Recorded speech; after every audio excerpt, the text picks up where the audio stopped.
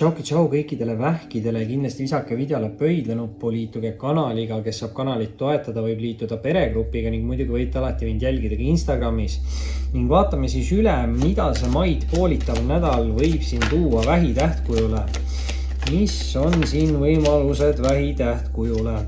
Ja väga kiirelt kaardid väljas, minu jaoks ülimalt meeldiv. Need olid siin viimased kaardid, ma ei teagi, kumba pidi läheb, aga hea küll, jääb nii nagu hetkel on. Ja vähile esimese kaardina tuleb siis välja müntide rüütel.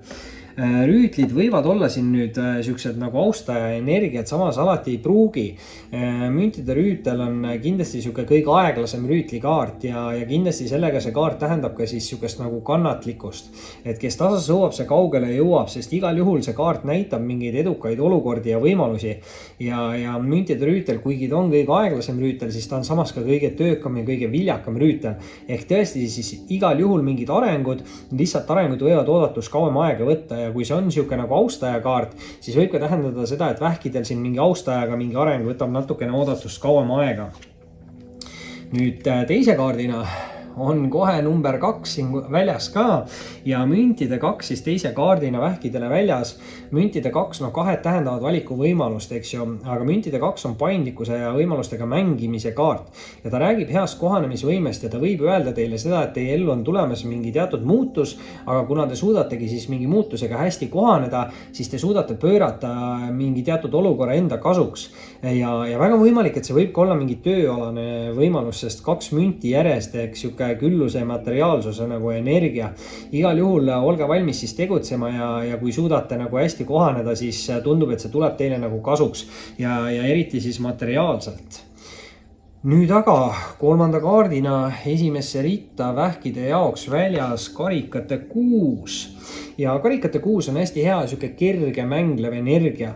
Ta võib tähendada üllatusi, kingitusi, ta võib tähendada mingit suhtlust või suhet justkui natukene suurema vanusevahega ja muidugi ta võib ka tähendada siis minevikust tagasi tulevat inimest. Aga kindlasti see ei tohiks olla siuke nagu negatiivne inimene, et see peaks olema inimene, kes pakub teile hästi palju positiivseid emotsioone. Ta võib olla siuke nagu lapsepõlve sõbrakaart või lapsepõlve armastuse kaart või midagi taolist. Aga igal juhul mingid positiivsed emotsioonid siin vähkide poole on tulemas.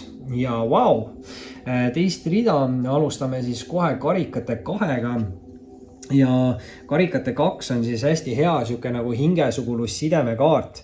Ta räägib võib-olla 2 suhteliselt erinevast, aga samas ka hästi sarnasest inimesest ja see kaart nagu ütlebki, et kokku võivad saada siis sellised inimesed, kes üksteist nagu täiustavad ja tänu sellele võivad siis luua siukse hästi harmoonilise ja tasakaaluka sideme või suhte. Ja muidugi see kaart võib ka nagu öelda seda, et tänu selle uue sideme või suhte loomisele saate või saab keegi siis teine, nii-öelda siis võib-olla see, kellega te suhet loote, et keegi saab siin nagu justkui lahti lasta mingitest negatiivsetest mineviku mälestustest, kogemustest, inimestest, suhetest, mis iganes. Aga potentsiaal on siin tõesti väga hea ja on siin siuke harmooniline ja külluslik ja spirituaalne suhe. Muidugi tegemist võib olla siin ka mingi nagu tööasjaga, et kui te teete enda tööd nagu hästi kirega, siis on siin võimalik ka, et tööalastes olukordades loote hästi tugevaid siukseid spirituaalseid sidemeid ja võib-olla seda tööenergiat toon ka sisse sellepärast, et eelviimase kaardina on siin vähkidel väljas keisri kaart ja keisri kaart võib alati olla siuke võimekas ülemuse kaart. Ta võib ka muidugi olla isa energia, et isa võib ka siin vähkide elus lähitulevikul mingit tähtsat rolli mängida, aga see on hästi stabiilne, turvaline, sihikindel ja siuke võimukas nagu inimene, et tegemist on natukene isegi siukse kuulsuse või tuntuse energiaga. Et ma ei tea, kas te olete siin suhtes, on siin mingi austaja, on see mingi lähedane inimene, võimalusi on, eks ju, et meesterahvastel kindlasti vähid, teil on võimalik siis endal saavutada siuke võimekas ja tugev energia. Samas ongi nagu naisterahvaste puhul võib ta tähendada siis mingit austajat, partnerit, lähedast isikut ja nagu ma ütlesin, võib ka olla siuke ülemuse energia. Et väga tugev ja viimase kaardina on meil siit välja võtta vähi jaoks õnneratta kaart. muidugi nüüd õnneratas on sihuke huvitav kaart, et õnneratas kindlasti ütleb, et ärge jääge koha peale seisma. Et isegi kui see tempo on aeglane siin selle müntide rüütliga, siis tuleb ikkagi kogu aeg vaikselt edasi tegutseda. Sest õnneratas ütleb, et kui te jääte liialt kauaks ühe koha peale seisma, siis võivad mingid asjad sootuks hakata nagu ära lõppema.